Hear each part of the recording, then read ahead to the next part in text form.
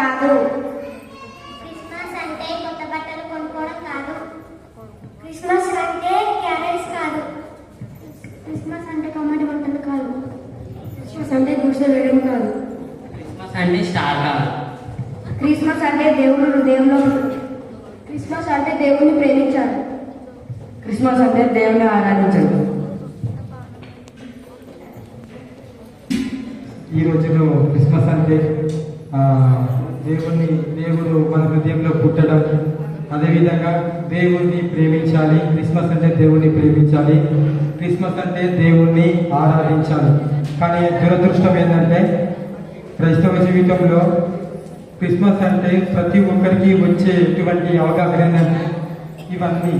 కానీ ఈ మూడు మాత్రము ప్రతి ఒక్కరిలో ఈవెన్ నాలో కూడా ఈ మూడు ఉండేది. ఒకటి చెప్పండి, ఒకటి అందరు చెప్పండి. ఆరాధన. రెండోది ప్రేమించడం. దేవుణ్ణి ప్రేమించాలి. మూడోది యేసుక్రీస్తు మన హృదయంలో పుట్టాలి. ఈ మూడు ఉంటే పండుగ. కానీ దురదృష్టం ఏంటంటే ఇది మనకు తక్కువవుతుంది, ఇది మనకు తక్కువవుతుంది, ఇది మనకు తక్కువవుతుంది. ఇవన్నీ